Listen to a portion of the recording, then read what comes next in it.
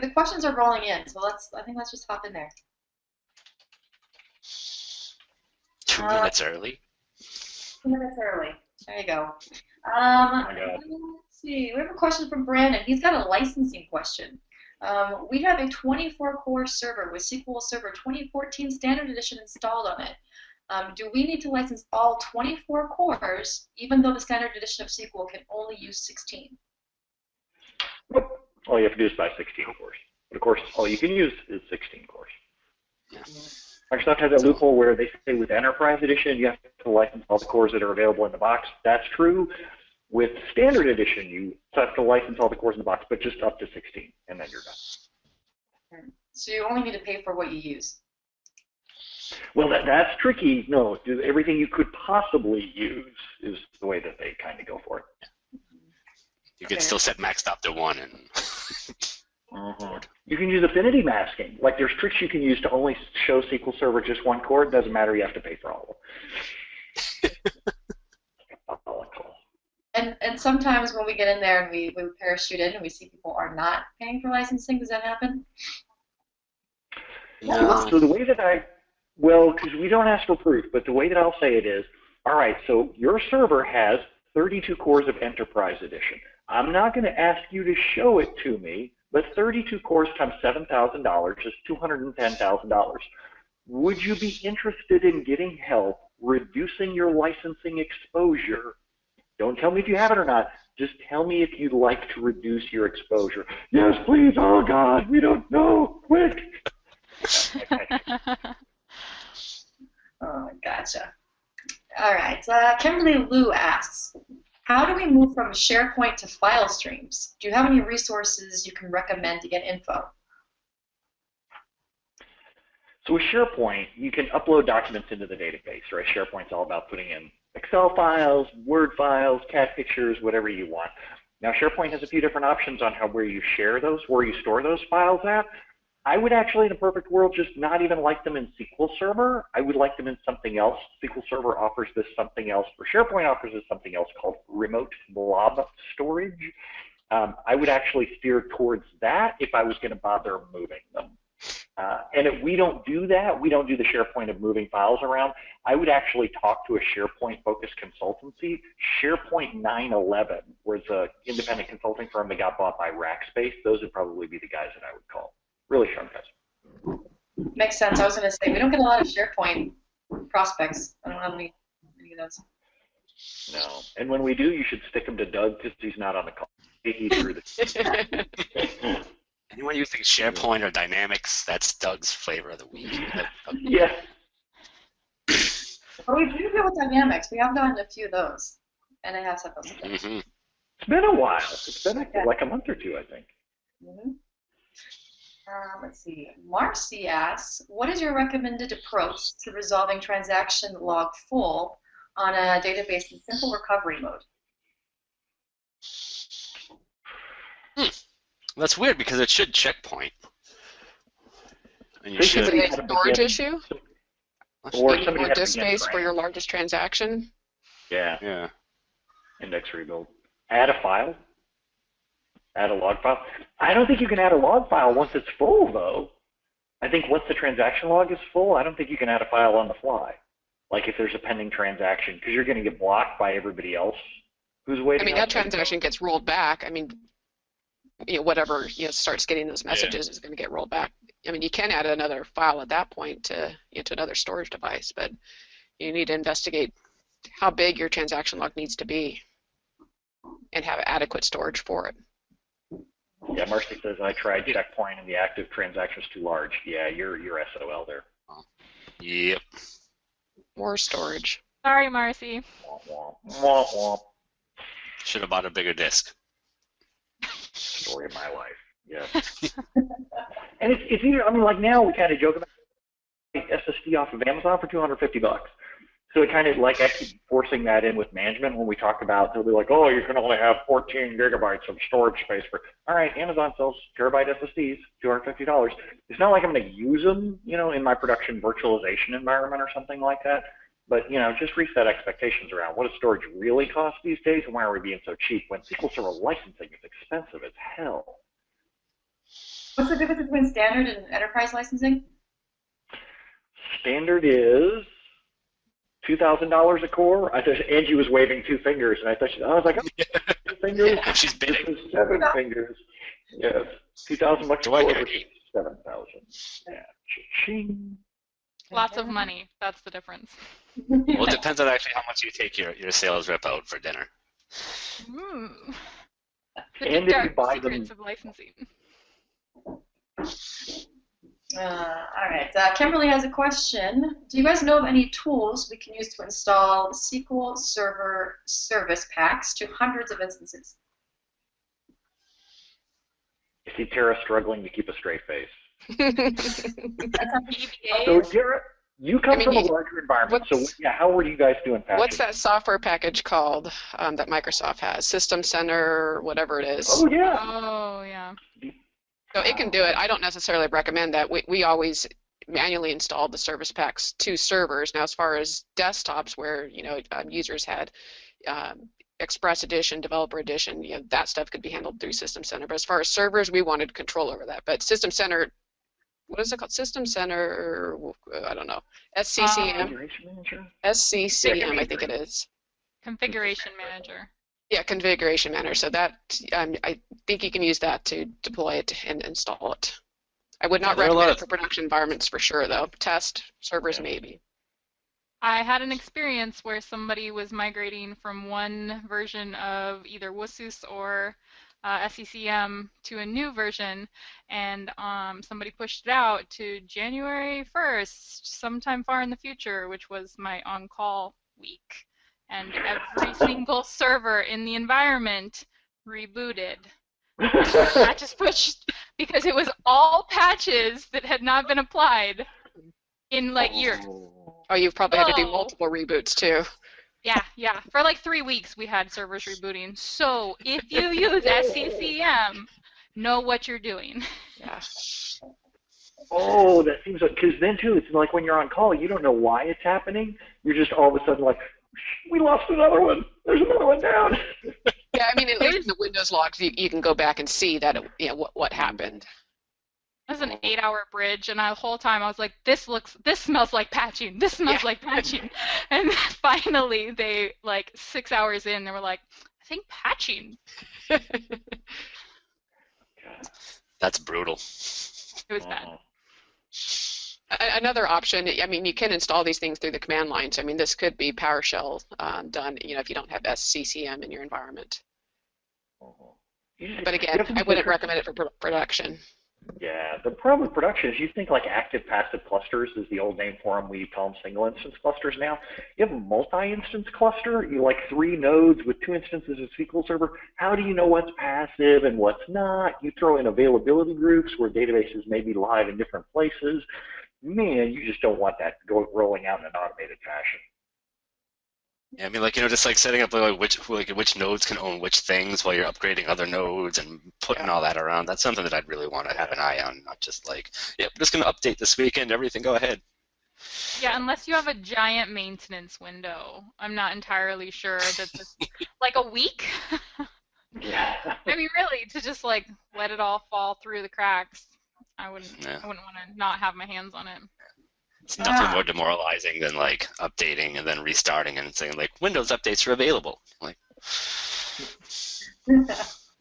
Well, speaking of maintenance windows, Andrew asks, I've got a database to move to a different SAN.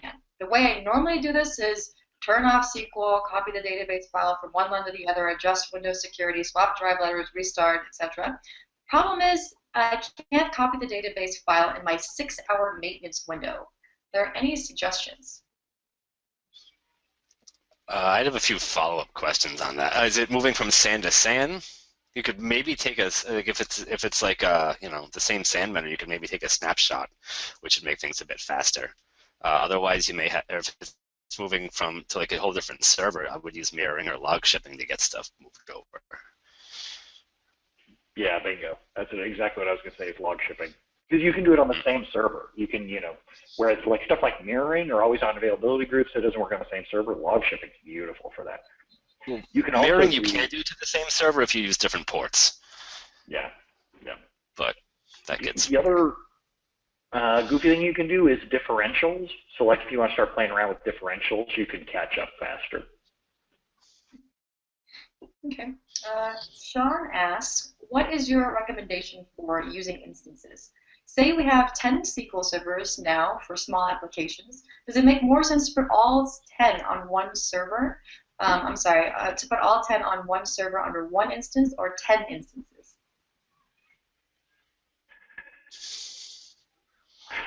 I'm looking for that question.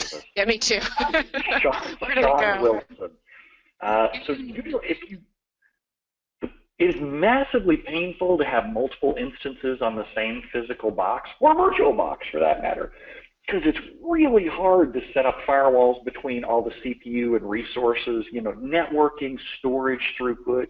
They'll all be stepping on each other. The classic example is I had this yo-yo who set up multiple instances on the same box and set them all to backup at midnight. And I'm like, come on, dude, the servers all go unresponsive at that time. So anytime you start talking about stacking multiple instances on the same physical box, check out virtualization. It's a much easier way to do that. You can break up a host across lots of little guests. And then that way, when people have different patch schedules or maintenance windows, it's real easy to accommodate them. And patching is another reason not to do it. I mean, if you have 10 instances on one box, you have a lot of instances that have to be SQL patched.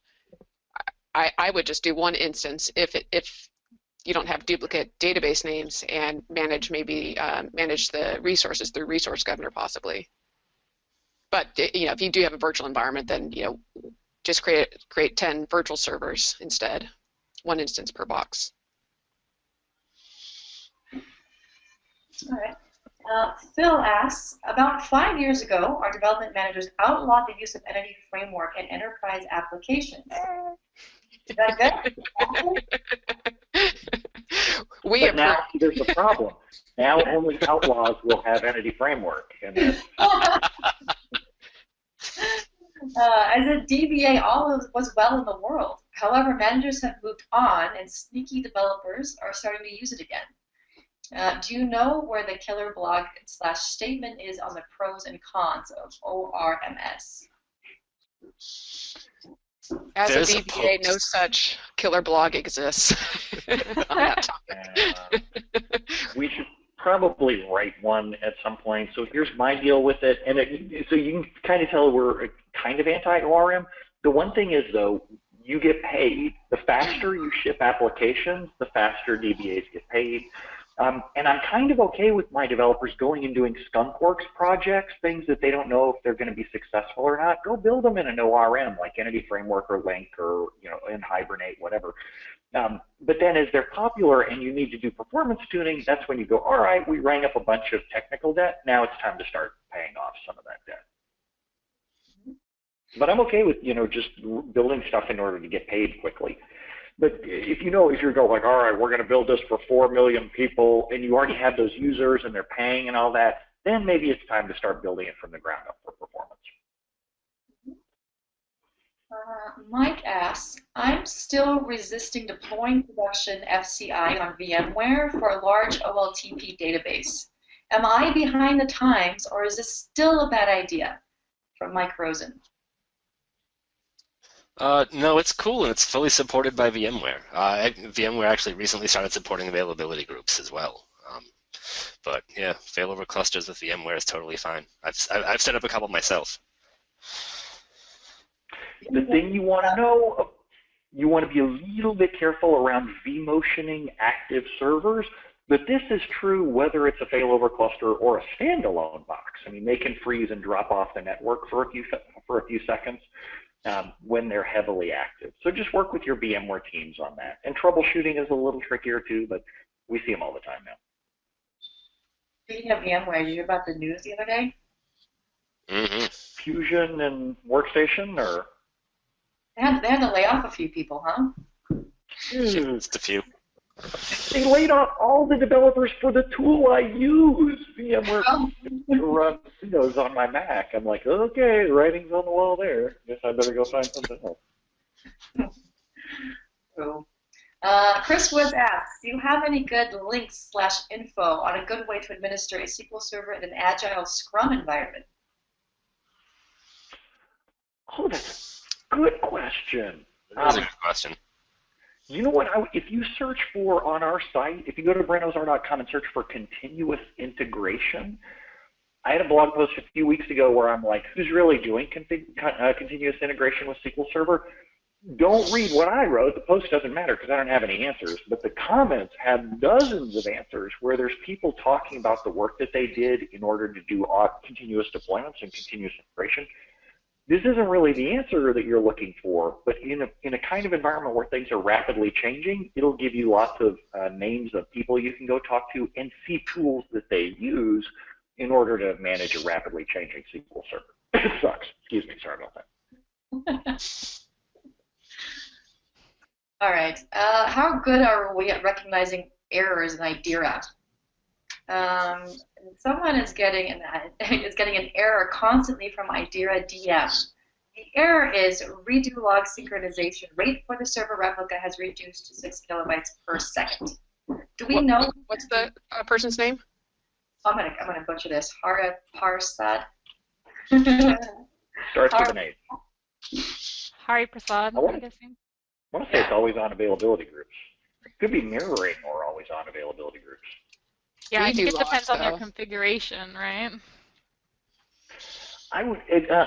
This is one of the things that sucks about monitoring software is they'll give you all these alerts and they don't necessarily tell you what it means. So conceptually, if an always-on availability group replica can't redo your logs fast enough, you can run into problems where a replica gets behind. But yeah, he says it's an always-on availability group. So with 2012 and 2014, you can have a problem where the replicas get behind. What I would start doing is just search for always-on availability groups perfmon counters, and there's a bunch of counters out there that you can monitor to see how far behind each replica is. If it's only behind by a few seconds, this isn't a big deal. If it's behind by hours, this could suck kind of bad. Yeah, I would want to look at what's going on when that starts to stack up. Like if you're doing index maintenance or anything like that, it could send a lot of data across the wire as well. I said data too, like from Data. Data. I got a good idea about your data. I'm gonna cook it like a tater.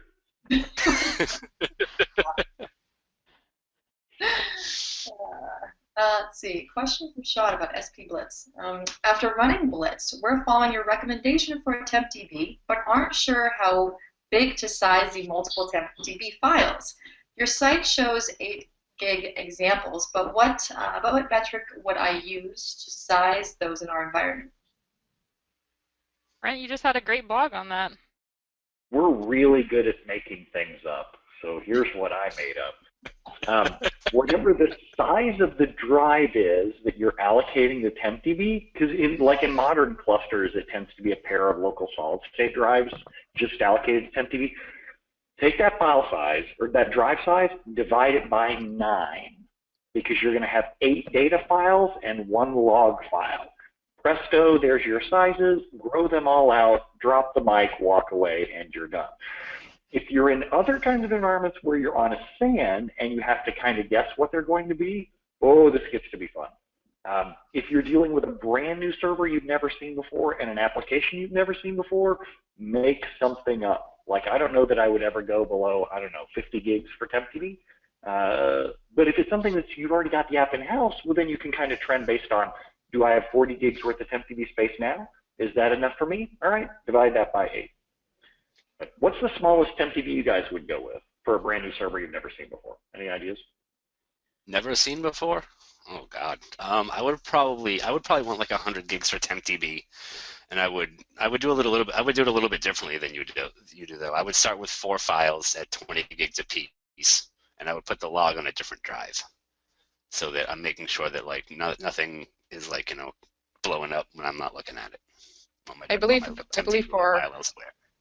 believe we had a standard of 70 gigabytes for just a brand new instance that was going to be a shared environment. Who knows what was going to be on it, and then the mount point that was created would be large. Well, it'd be configured at 70 gigabytes, and we didn't grow out the files to 70 gigabytes. We'd monitor growth and add storage as needed. But I do like your idea of splitting up. Go ahead and growing it out to the maximum size. But you really need to test this stuff. You need to be You need to be in a load test environment to know what your biggest queries are. Yeah, I mean, you could do a little bit of the same thing you do with, like, the size of your database log files, where you're like, okay, these are the size of my biggest objects. If people are, if you're sorting index we build in TempDB, you might need at least that size in TempDB. So do a little bit of math from there. It's like, okay, I might do this, however many times. There might be however many people doing this big operation.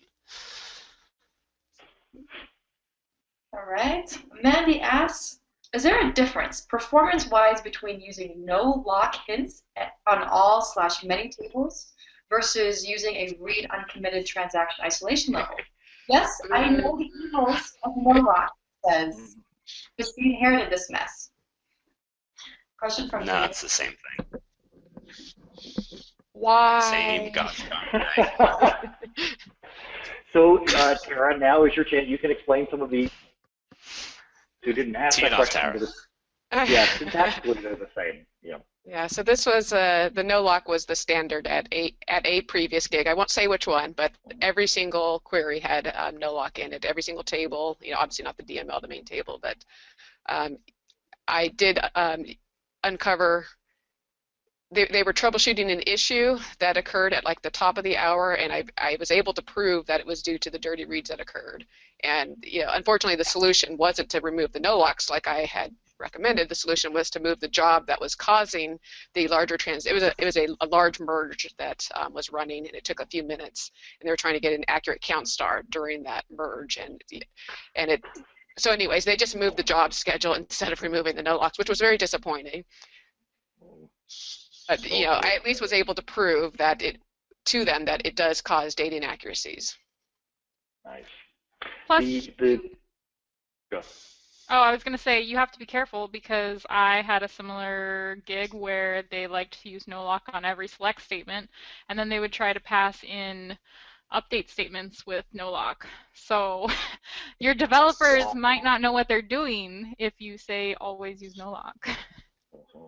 There was a known corruption bug if you used update lock, or if you used an update statement with no lock in it. I was like, that's awesome. Who even thinks of doing that? My developers back then. Sandeep asks, do we need to take regular T-log backups to restrict the log size from growing on databases involved with always on? Yes, yes. Every minute. A million times, yes. Please. No shortage of yes. The question, so we're all going yes, yes, yes. The question's a little bit tricky. You said to stop the log from growing. You have a bigger problem. You need to take log backups because you need to restore. Just because you have always on availability groups doesn't stop somebody from screwing up a delete statement or truncating a table. You may need to restore that data. And if you cared enough to build an always on availability groups, if you cared enough to spend the very best for Enterprise Edition, then you probably want to protect that data with pretty frequent log backups. I get log backups all over the board. Well, transaction log backups. When I'm talking to people, it ranges from 2 hours, 30 minutes, 15 minutes. Is there a best practice all around? Is it every minute? I mean, that's a lot of backing up. You gotta take your RPO and beat it. Hold it by the ankles. Like a piñata. So what is RPO? Recovery point objective. It's how much data you can lose. This is something the business decides. It's not something that you just decided this morning on their way into work. This is something like the business and sales people might be telling customers that, like, we won't lose a single second of your data. So you're gonna, that's on you. Which I'm sure they might, since they invested in availability groups. They might be expecting absolutely zero data loss out of that. Problem is, if you get corruption that the availability group can't do, like automatic page repair on, someone deletes a bunch of data, someone updates a bunch of data when they shouldn't have. Their transaction logs are going to save you where that availability group isn't, because that synchronous availability group that's pushing the data across immediately is going to send across that oopsie mistake immediately. So you are not saved. In general, if the business won't set an RPO number for how much data you can lose, I like to line my transaction log backups along with my smoke breaks, so that whenever the database slows down, it's when I'm out in front of the office smoking. Just every 5 minutes. sorry. Back to the point about the availability groups, I wonder if possibly the transaction log is growing is because of an async replica, and maybe their network is just slow or I/O slow. Is something causing the primary replica to hold on to those transactions longer? Yeah, I love that. That is a good question. All right, Garrett Smith has a question. In my environment, the link servers are using the SA account for authentication. We did not set that up. There are many Windows/SQL servers that depend on cross-server queries. What is the best way to change this so that each user doesn't inherit lots of dangerous permissions while making sure that users don't lose permissions that they need? Test environment. Switch it to DBO at least. I mean, that's where I would start. A DBO account for an account that has DBO on all of the user databases. They probably don't need the system databases. Start there. If you want to go crazy, restrict the account to whatever permissions you think it is, but start in a test environment. You don't want to do this in production. There's an issue, and I always struggle to remember what service pack or CU it got fixed in, but there was a deal that if you didn't have sysadmin level permissions, you got crappy query estimates coming back. Eric's nodding. He vaguely remembers this. Yeah. Everybody's nodding. No, it's 2012 or 2012 SP1. It got fixed. It was. I know it was definitely prior to 2012 though, because I used to have a lot of problems with 2008 R2 with that. Yeah, makes sense. Here's a follow-up question. What's your favorite beer? Oh, Newcastle. Right now, I really like that Old Rasputin beer. That's my favorite lately. It's a good winter beer. That's a good name so it's like poison basically. Yeah, basically. It's something ridiculous like 12%. It's like this crazy stuff. That's my new favorite actually is Ballast Point Sculpin. Yeah, that's like 8 to 10%. Oh, yeah, that's good too. Sculpin's awesome. They're local to San Diego. They have awesome brewery here. Or a couple. I like Oregon brews. What's your favorite? One thing that the link server guy might want to look into is synonyms. Just kidding. I was like, what the hell are you? Link servers. Back to beer. I like some, I think it's Widmer does Alchemy for a summer one, and also I want to say it was Bridgeport did this Black Rain, which was a black IPA. That was really delicious. You guys are so fancy.